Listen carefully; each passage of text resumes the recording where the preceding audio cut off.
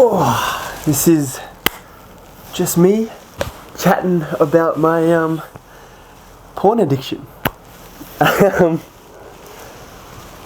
Not really something I had necessarily anticipated talking about straight out the gate here. With people, I knew it was coming. But basically, me with the intro, my coffee with the intro. I used to, thankfully used to, now, have a porn addiction. I don't know how much of it you can say on the platforms, but I'm just going to go ahead and say it, and whatever's meant to be censored will be censored. I feel like most guys, I'm just going to jump in. I don't have a structure for this. I got introed to it at a pretty young age. Just like you come across it. I was like 13 or so, and or 12 or something like that. You kind of come across all of this stuff, and because of that age, and obviously that's not a be-all end-all, but it is a major contributing factor. Because of the age at which you're introduced to it, it gets very deeply embedded into you. And I was not born and raised a Christian. It's like, you know, a little bit inside that you're like, this thing is not right, it's not good, but that makes it more appealing as well. So I basically, and I'm sharing all of this way so that other people, hopefully you don't see them as excuses, but just like openness as to why this was the case, and what because I know a lot of guys share this background as well, or similar things with it. Like, it was very normal for myself, and it was encouraged almost, like this is like 13, 14, 15 years ago, especially through high school. It was very encouraged, like, what do you watch? Or like, it's just this normalized thing, like everyone does it. It's healthy for you actually especially to masturbate and that kind of thing. And then you just add like, you're already there, the accessibility of all this stuff online, and us having phones and that, smartphones and that. We were kind of like right at that age where we were brought up with smartphones during puberty, and that let me check this. Yeah, brave man talking about this, bro. I appreciate that. And it was a real, I appreciate that, bro. It was a real thing for me to really struggle with, and I hadn't really stopped since I started until, and we're kind of leading into now and my journey with it, until I met my now wife, and she was really key in it being a thing of the past as well. So I just came to Christianity and God later in life, when I was about 19 or so. So I understood where it was all at with that, and how it was not not right, you know, and basically kept doing that.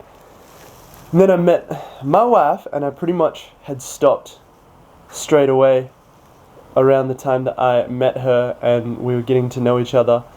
And I was like, sick, I'm done. Like, I kind of have made this work. Like, I guess this was it. I guess this was how I get over this. And then a few months into us being married, it kind of came back. So a few months in, I just started and then didn't stop again for a while. And we got married. Well, today is actually our 4-year wedding anniversary. So kind of quite the fortuitous time to be talking about this. But we got married, and a few months in, I just started again, and it was just this loop of constantly being like, no, this isn't the right thing, but then also really heavily shaming myself for it, and not talking to my wife about it. I didn't talk to her about it until the start of 2024. Like, the very last day of 2023 was the last day that I had that I indulged in any, if you will, and as a result of that, I knew for like ages, because I'd pray to God like, what do I do? I'm not sure what to do. I feel so trapped here, and he just basically showed me, oh, I appreciate that being here for me. Thank you. Because when I pray for things, I get them intuitively. It's just like a knowing in kind of around, like my whole being knows what to do. And it was like, tell Yana was the biggest thing. It was just like, that's what to do. And I put that off for so long. I was like, nah, maybe I'll kick it for a few months first and then I'll tell her. But it just, like, your intuition always knows the way forward. When you ask God, you shall receive that wisdom. And because I was scared, I was ashamed, and like I just made a post this morning about being infallible. It's like I thought I had to be infallible for her, like I could make no mistakes. And the thing is, she's really intelligent. Like she knew it was going on. But it just like it happened again and it was happening every single day. Maybe sometimes I'd have a day in between. I think some of my best periods of time were like a week or a few days, and it was pretty rough. And we can get into why that was. It's like an escape, basically. But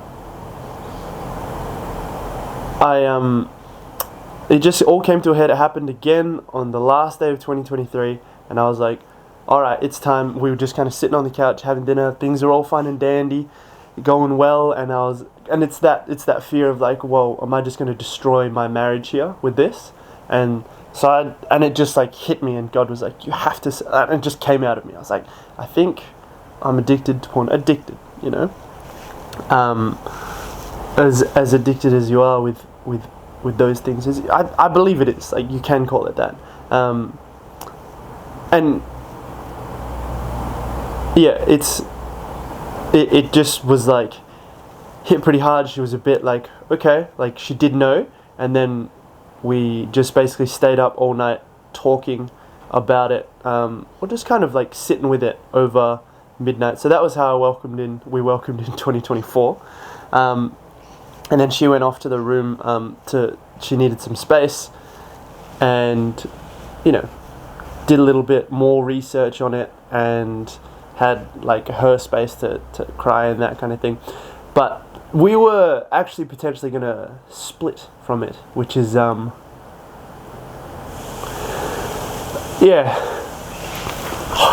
Okay.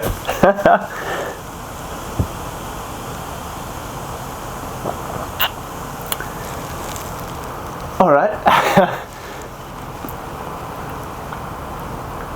I kind of put off talking about it for a while.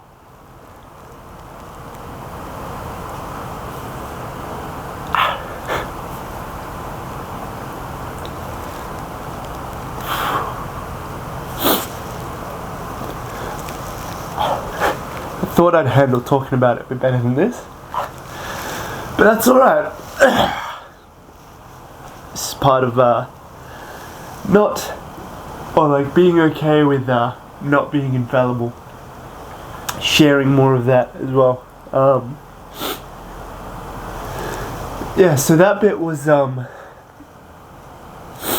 it's kind of like why it happened as well, or like why it continued.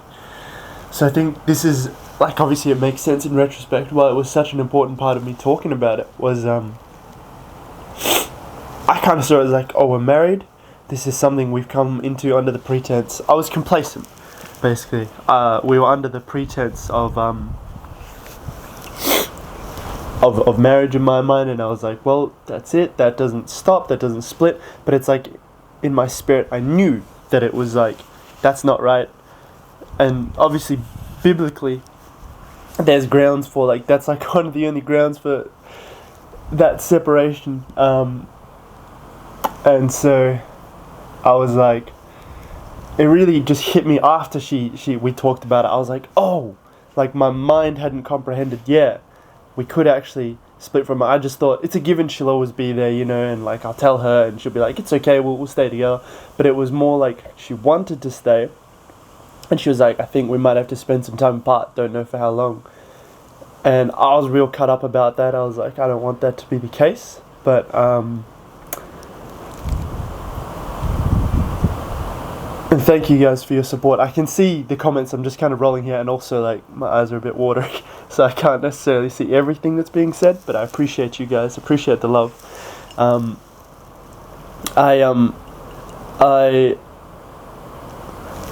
just didn't think that would be the case. Especially because I think from the way that I was seeing it was like from the outside we had such a perfect marriage, and like there was like every relationship has its dynamics and things to like work through and make us stronger through, but it was like I thought I was supposed to be like this in my mind, and this is what makes it so difficult for us as well. As like you think you got to be infallible and like have no weaknesses.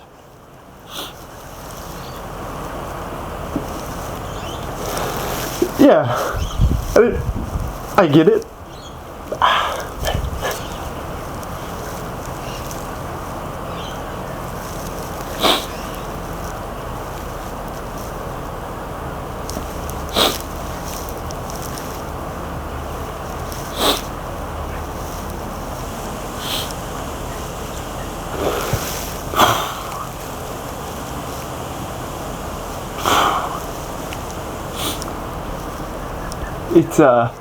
It puts a lot of weight on your shoulders. Like you put it on yourself, you know? Honestly, not at all how I expected this to go. Thought I'd have it way more together than this.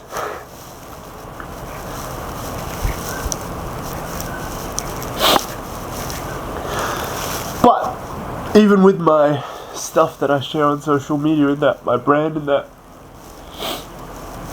I had this image in my mind that I was supposed to be infallible in here as well, you know?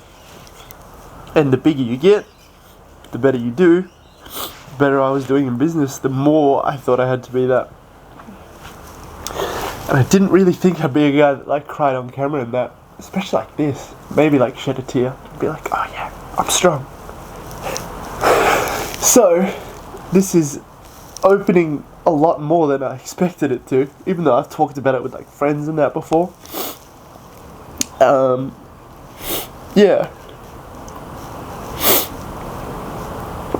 It was one of those things where I got very complacent, and I feel like I should mention, like, it's solid now.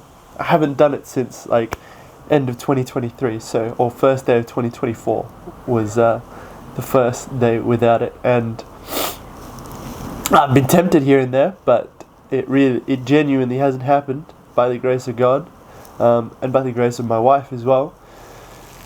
So I'm solid, and I want to get more into it as well, but a lot of it has come from it. Just like it's gotten to a point now, which is I'm very blessed and grateful for, where it doesn't actually really cross my mind. It's not even an option anymore, and I didn't think I'd ever actually be able to get to this point. I thought maybe this is just one of those things that I'll be stuck with for the rest of my life. Similar to stuff with like some anger issues that I've had. But by the grace of God, we're here, baby. So back to the story time. I'm starting to sweat a bit here. My wife and I, Yana and I, she was really great about it. Honestly, she was like very loving about it. She wasn't like... She's always been great about everything and always so kind to me and loving and shows me a lot of grace, but is also like, she knows what she needs and she knows to communicate that stuff, to regulate herself, to communicate, and how to be there for me because she wants the best for me, which is really something that I'm so blessed with. And she showed me a lot of grace. So she was like, we might have to spend some time apart, and I was like, oh man, cut up. I was like, oh, I'd rather, like, I don't want to, obviously, but then after talking about it, I was like, of course, if it's the right thing, then that's what we'll do. And I was like, wow, my whole life just kind of fell apart right there, is what it felt like. So, and I prayed to God for what to do, and just kind of channeled, like, this conversation went on over hours, over the New Year, and I just prayed for like what to say, and she was like, okay, I've got to go, or like that was the plan, so maybe it's a month, maybe it's however long, and I was like, up until that point, we actually hadn't spent a night apart in our marriage ever. Maybe one night, because Timmy was humping Zeke too much, so I slept on the couch. But yeah, it was basically like, and I will read the comments after. I'll scroll up and that, but right now I'm just focusing on this, and I appreciate you guys bearing with me on it, and all the love and positivity I'm getting from this. So I just kind of asked God what to do, channeled that. I was like, if it's right to let her go and have that space, like, I'm okay with that, and even for like the marriage to end, if it's like, wow, I've really in my mind, it's like, if I've bungled it that badly, then you just got to take responsibility for that. And so I just talked to her, and I did ask, I was like, what I'm getting from God is, because I didn't know what to do, like, I was lost, my brain was gone. I was like, asked her to stay, and promised that it wouldn't happen again. And I felt crazy making that promise, because I was like, I have no idea how to can I even keep that promise? But it wasn't coming from me, it was channeled by God, channeled through me by God, and we talked it through. I was like, I promise that this will be the case, and if it happens again, then it can be over. And thankfully she decided to stay. Funnily enough, like a month or two later was the first time we actually started doing our solo travel, and over the past year we've done like 5 solo trips apart, just like having some of that space and doing that. But it didn't come from a place of being scared to let go and be apart. That's a story for another time. But so she decided to stay, and I've kept that promise. It's been like over a year now, which is, to me, crazy to think about. I'm like, wow, who would have thought I'd ever be here? Because it's like, most of the life that I can remember has always involved that. Every single day involved the porn side of things every single day, and just like not really being able to shake it. I thought, man, I guess I'll just never be able to shake this thing, or like, I'd love to, but it was like, I don't know if I can. We got there. It only took my my marriage potentially falling, or like my marriage ending, and I'm just laughing at like the severity of that. That's all it took. But it's like facing your worst fears is one of the biggest things. So being like, okay, what's the thing that I need to do? Talk to my wife about this addiction, and go from there. Like, go as far as you can see, and then see from there. And I felt like, just a lot of shame around it. Something I did also do, like a practical thing that you might be able to take from this, is like, I actually laid an anchor for myself for whenever I was feeling the temptation. So it was kind of like praying, but I took these 2 knuckles here, and I created a certain sensation where I pressed into my just like this notch, this ridge in between my eyebrows, and it kind of like gives a certain sensation, and I anchored it to that feeling of like, hey, I'm not going to do this anymore. So then whenever the urge did come up again, I had a really strong emotional tie, an emotional anchor to bring it back to, and be like, oh, okay, remember that, like, the stakes are high here, and from, like, I was talking about this with Yana recently, like, and even yesterday on some of my journaling with my vlogs, and that is like, my personality, for whatever reason, it tends to do really well with like putting the cart before the horse, and I think this is most people. And you don't have to have it all figured out first. You just kind of jump in and then figure it out along the way. And the thing is, it's the jumping in and the committing to making it work that tends to make these things work. So I almost just spilled some coffee on myself. Not that I did just spill some coffee on myself. Not that I'm super clean or anything. Right now, face is a mess. Urge for what cookies? Oh, I'm talking about yeah. Sometimes you don't realize what's happening until you step back. Yeah, the urge for like just whipping out the phone and pulling up a little bit of that. I've got coffee all over my chest now. A little bit of that the pornography side of things. So I had that anchor, and yeah, something I think that was really big in that was when you fear something that much, you head straight towards it. Like I was scared. Oh, Yana's gonna leave for whatever reason, and my marriage is gonna end and that kind of thing. And I'm not gonna be good enough in that. So it's like when you have that, and if you don't embrace it, like you can't let go of something you're not holding on to, is the primary thing behind that. So if you're not holding on to something, you physically can't let it go because you're holding it at arm's length. And by resisting it, you also head straight towards it because your focus is on that thing. Where your focus goes, your energy flows. So I was just always heading towards it basically, and it becomes just a matter of time when you resist like that, instead of learning to dissolve it or let it go and focusing on what you truly want instead of just what you don't want. So I was focusing on that, and obviously there are things going on there, but because of that as well, we create a lot of shame in ourselves. And when you shame yourself, you can't change purely from a place of shame, because it's like you tend to hide away from these things and not be able to address them and see them for what they are. You make them really big in your mind. Like in my mind, when I visualize it, it's like I'm this tiny little ant and this thing's like a planet. This porn addiction or whatever it is, anger issues, fears about money and that kind of thing.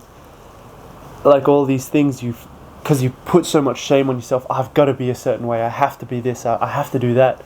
You shame yourself a lot, and then because of that shame, you can't actually change because you don't break the cycle.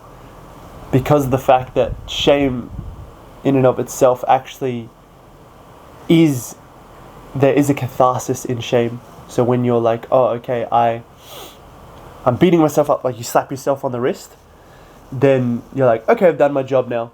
But you haven't actually left yourself the space to actually fill it with the action in the direction that you want to go. So it creates this loop because you do the action that we know is not in alignment with who we're called to be, and then we kind of come to the end and be like, I'm so bad, terrible, and we shame ourselves and we come straight back around. It's a thing, like that's how we're wired psychologically, and it feeds back into itself because there's a catharsis, even though it feels negative, in I'm so terrible, I shouldn't have done this, I'm an idiot, blah blah blah, whatever it is, circles back around, and that's why it repeats. So the hard bit to do, and most of us suck at this, is sitting in what some people call the void, or I call like holding your space. So you do the thing and you be like, okay, cool, I embrace that that's what I've done, I accept it, I hold on to it, like hold it and like give it a hug by hold on to it is what I mean, then choose to let it go, dissolve that belief or whatever that is, and be like, that's who I was up until now, and now I get to choose who I am moving forward. Hold the space, and that's a really key thing, the who you are side of things, which is why I'm so big on identity work, or like that's a lot of what I do, is like, obviously, yeah, it's the most powerful thing, because then it's like everything you believe, everything you feel, and everything you do, and all of your outcomes. I've kind of gone from identity at its core, and all of those were working their way up to the surface. They all fall into place from it. So even with this, it's like you hold your space, and then you just let the right actions take their place, because your body will, or your subconscious will naturally seek to feel that and feel good. So yeah, a lot of it was just like, I kind of saw it as this way, that coming back to the identity work side of things, it's like, oh, this is who I am,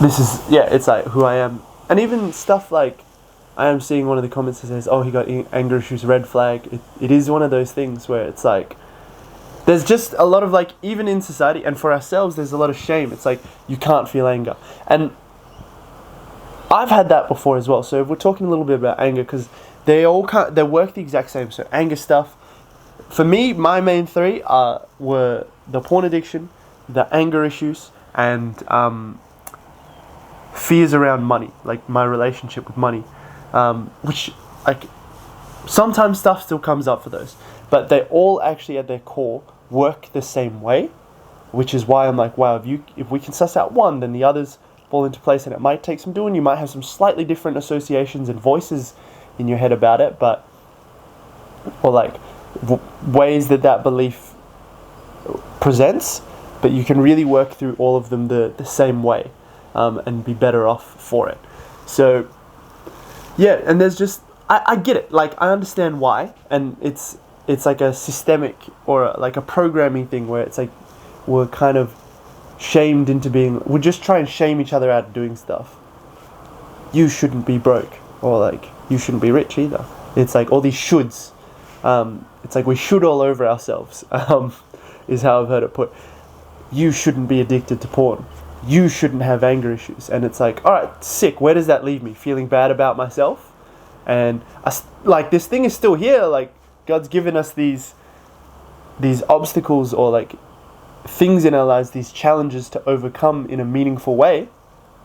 But it's like when you shame yourselves and you feel like everyone around you shames you for it, like even with anger in particular, I was like, well, I guess I'm just not allowed to feel anger then, or feel the urge to watch porn and that, or feel the fear around money. But it's like when you try to suppress, it just makes it worse. It goes like into your body more, the feelings, and then it just comes up worse later. And then you suppress it again, and it comes up worse later. And it keeps happening when you suppress it, because it comes from, like we were saying before, that place of fear. So yeah, even with the anger side of things, I'm like, I used to have that stuff, and sometimes it's the labels that we put on ourselves, and why it's such a fine line to walk, and why I'm always very specific about saying I used to have these things, because who you are before is not who you have to be now. Like you can choose who you are now, and who you're going to be moving forward. And it is just that choice of who is really a key factor there. So when I say that I used to have these things, I really mean that. And things might come up here and now, but it's like they are remnants of that part of you. And obviously they're like, this isn't really for that right now, but there are like different techniques and stuff you can go through. But the biggest thing is like understanding that it comes from who you are. So allowing it to stem from that. And yeah. So yeah, when it came to that, I laid that anchor in myself of that side of things, and now things are great, like really good by way of that. And like I said, because of the who I decided to be in that moment, and who I surrendered it to God. I was like, bro, I'm so lost, I don't know what to do. I was like, I've been trying to fight this thing, this resistance to porn and that for years, bro. At that stage, how old was I? Wait, how old was I? In 2024, I turned 26. Okay, because I'm still 26. Okay, and starting at about 12. So it's like 14 years you've been battling this thing and putting up so much resistance against it that, as we've talked about before, when you have resistance and you push against something, every force has an equal and opposite reaction. So it has no choice but to push back against you. It's a law of this universe, as far as we can observe. So sometimes it's dropping that resistance, not resisting the thing that you need to do, like God being like, tell Yana, like talk to your wife about this. And yeah, maybe the thing that maybe it won't seem all fine and dandy at first. Maybe it will be like, yeah, your marriage is going to end, and she has every reason to do that, and like she has grounds to do that, and it would be the right thing. It could be the right thing to do if that was what the right thing was. And I was like, wow, in my mind it was like I said before, complacency. Like divorce was like not an option as far as I knew. And look, how you do anything is how you do everything. So like I've been talking a lot more about in business and that, in martial arts training, any of these things, it's that complacency that has you start dying spiritually, or like in your, like your spirit starts to die, your fulfillment. Stagnation is death, basically. I used to have a corn addiction. It just transformed from visual to like writing, which IMO is less. I understand. Yeah, I get that. Yeah, and that's good for you. That's on that path. So yeah, so I got complacent because of that. I allowed myself to get complacent, and then it's like all these things feed into each other. Fears about business, addictions, anger issues, and all that. They all kind of feed in. And look, something that I understand about it, and I think this has been interesting to note, that look, the primary catalyst for all of that, like I can pinpoint it to that conversation with my wife, and it was like, face the thing that you fear the most. You face what you fear most, and then everything falls into place. And then you face it with faith, and it is all just energy, and it's the story that we tell ourselves that create a certain feeling of either negative stress or positive stress. So something I've been choosing to ask God as of late is to use that fear, ask and you shall receive, use that fear to strengthen my faith, or even turn my fear into faith, because it's such a powerful energy. And then to be able to change that into faith instead means that it's much more abundant, and it's boundless energy. It's abundant.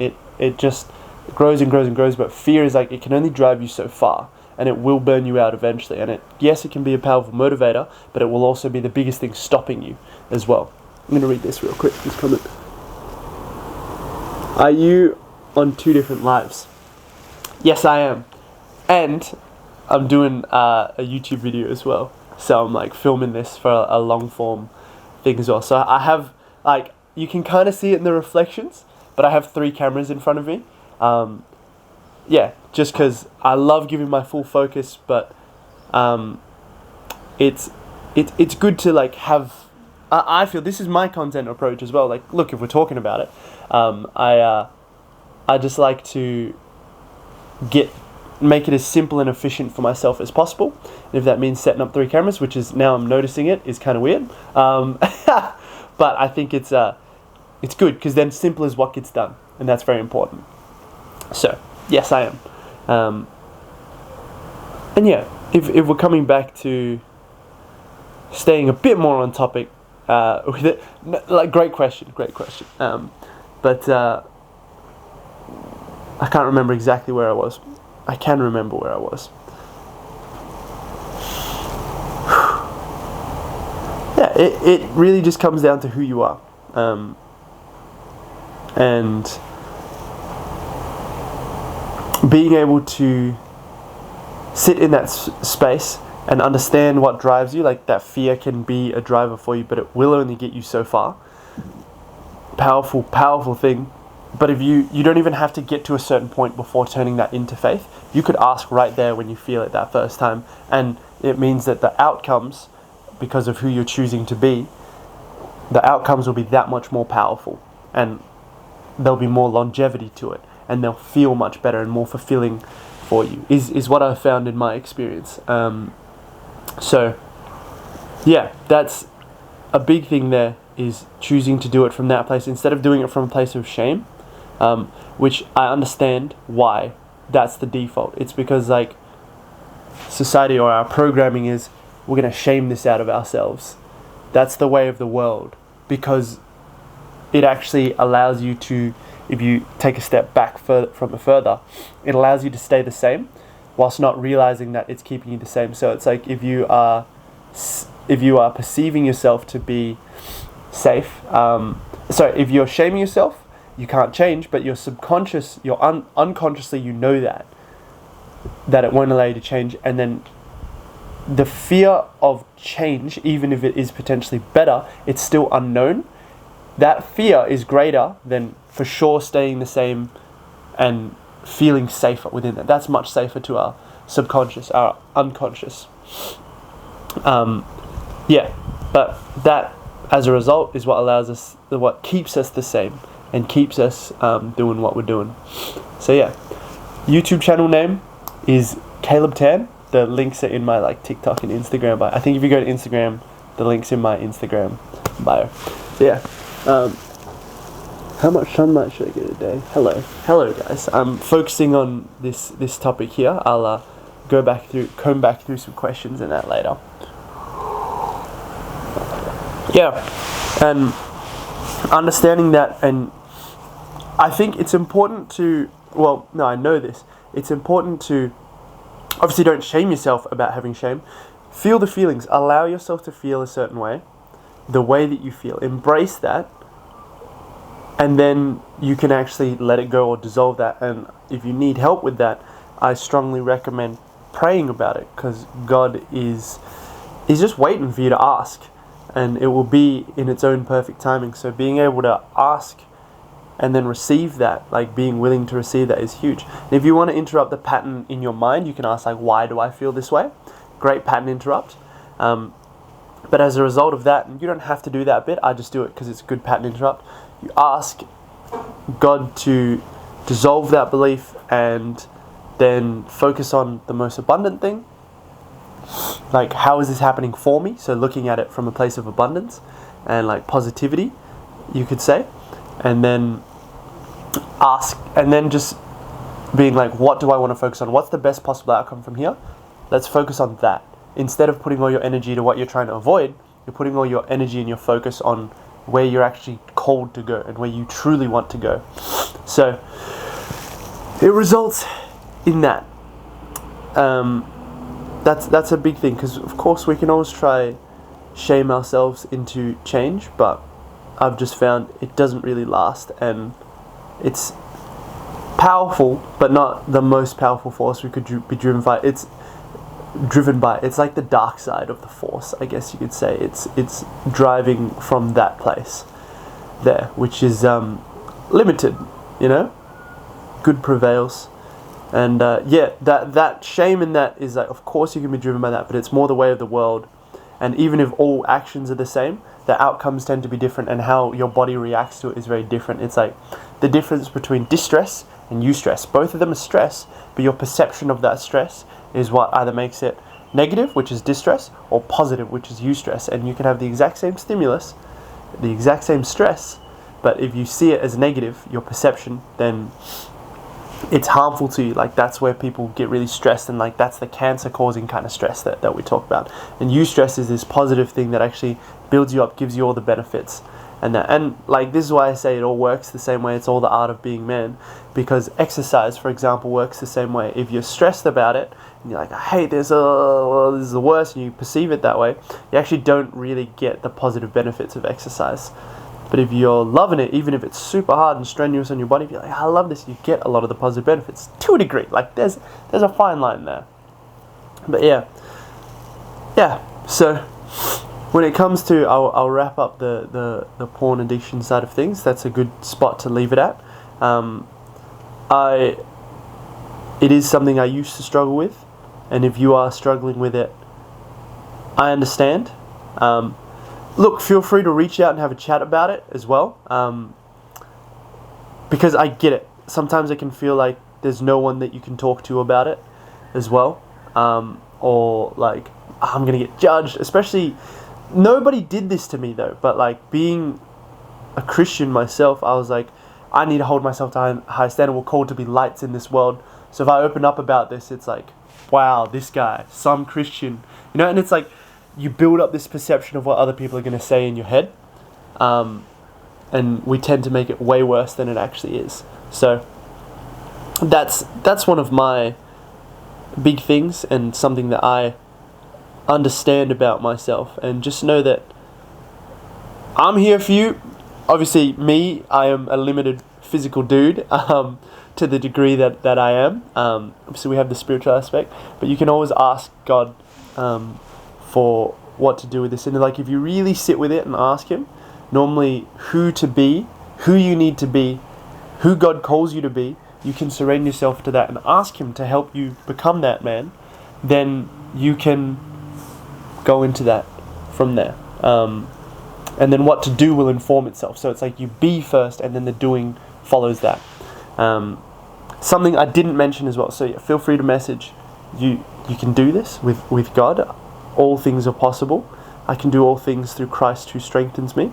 But like a little bit of context on that, I was going to go into like how normalized porn was in that before. But even looking at like that, like a lot of people take that bit of Philippians 4:13, they take it out of context. Just before that, I'm paraphrasing, it's saying, the Bible says, I know how to be abased and how to abound. I know how to suffer need and I know how to be content. So it's all things in that, you know? It's not just, I'll do whatever I want and be strengthened in that. It's like, there's actually a journey to go through, you know? Yeah, and when it comes to, I'm kind of topic switching very rapidly now. When it comes to the porn side of things, there is, for like, it was like different, I think. Back in my day, I guess I could say, it was like everyone was like, this is a good thing, and like it was very encouraged even now. But I think this is something I'm grateful for, and it's cool to see. And maybe like I believe I'm having a hand in it as well. Like I'm contributing in the way that I need to. Is there's this now it's more like it's like cool to be Christian again, you know. It's like online you're seeing a lot more of this, and people realizing like there was this big burst of social media and people like, wow, this thing's so great. But then now it's like about 10 years on, we're starting to see the effects of like indulging and giving into all of your impulses and having whatever you want and having porn and all these things at our fingertips and like all this positive stuff, but also all this negative stuff that comes with it. Starting to see the effects of it now, and I think that's where, and I think this is very intelligent, but where God allows us to go through these cycles. We go through different seasons, and people realize, oh, all right, my life's a bit empty because of this. Like something is wrong, something's missing. I know in my spirit, but sometimes you got to go through it. Like you can intellectually know something, but to spiritually and intuitively know it and feel it is very different. So for us to be able to go through it and understand that and be like, okay, the only way out is through, and we can embrace that part of the journey, then I think that's why we're starting to see the resurgence of Christianity. Not that it's ever gone away, but it's much more mainstream now, and I think that's a good thing, you know, because people have realized, oh wow, like this is what was happening. And my social media is probably biased because that's the stuff I enjoy watching, and personally I don't scroll too much, but yeah, I think that's good. And I guess on a last note, I've said that a few times, so I don't know if this will actually be the last note, but by way of actually structuring, something that I've heard for people that are like former addicts, like have struggled with that before, is routine and structure. Really helps with that. Even like for myself, that's why I love doing martial arts and that, because you got certain class times to go to. But especially something that I found is another challenge, and why I think it's great to share this in running your own business, is you don't inherently have the structure. You have so much freedom that you have to learn to then impose, or not necessarily impose, but like develop a structure that's suited to you. It doesn't have to be a 9 to 5 necessarily, but there's a lot of benefit to the structure and something to fall into like that. Especially for myself is what I found. Every guy's not the same, but I've found that I'm at my best when I do that. Obviously, business wise, martial arts wise, you can be consistent within that, and obviously it helps tremendously with the porn side of things, any anger issues and that, and you're consistently becoming more as a result of that, and you also have something to fall into there. So yeah, that's an important thing to do. It's like I still kind of call it the routine of no routine. There's a degree of flexibility and variability to it, but most of the time what I do each day is pretty set, and there are some small variations here and there. But like wake up around the same time, go to sleep around the same time, do similar things, all driven from a place of passion. Like I'll do my priming stuff to start the day, set the intentions for the day, and that I will document like video, and like now I'm going live with this stuff as well, because I'm already videoing it for like long form vlogs and that kind of thing.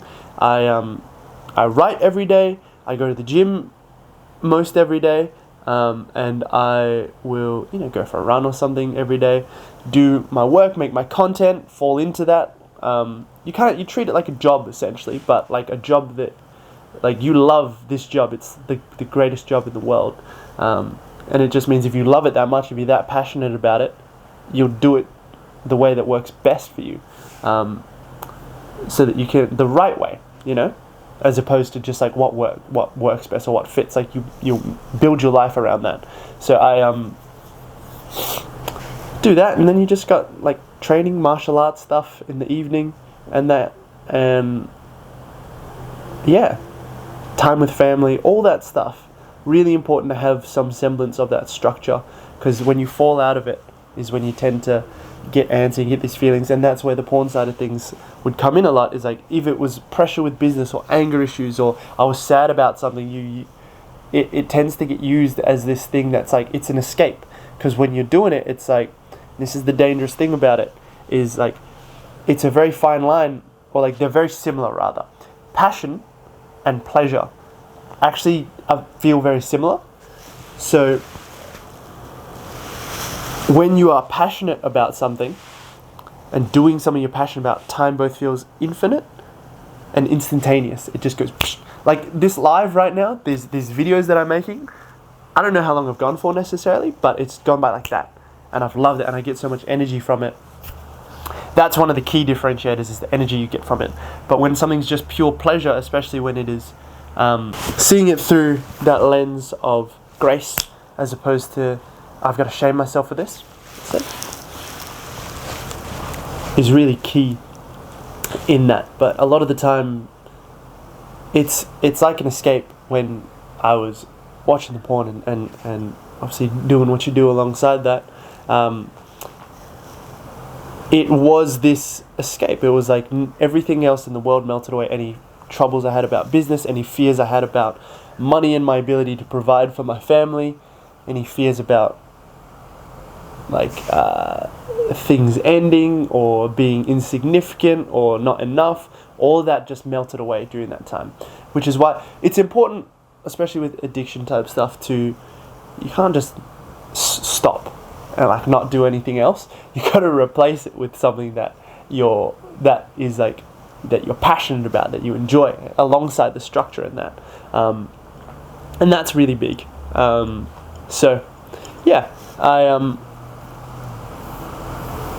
I think that's a big thing there, is understanding that and asking for grace, and to that degree giving yourself grace to be able to change. Because like if you actually want to change, then you've got to change the way you see these things, your perception of them,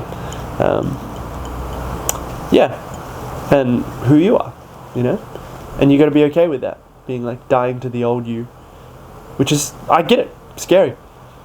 Anyway, that's all for this. Like I said, if you're going through it, just remember the only way out is through, and the most powerful way through, of course you can get through other ways, but I know the most powerful way through is with God, and trusting what He gives for us to do and for who we are to be.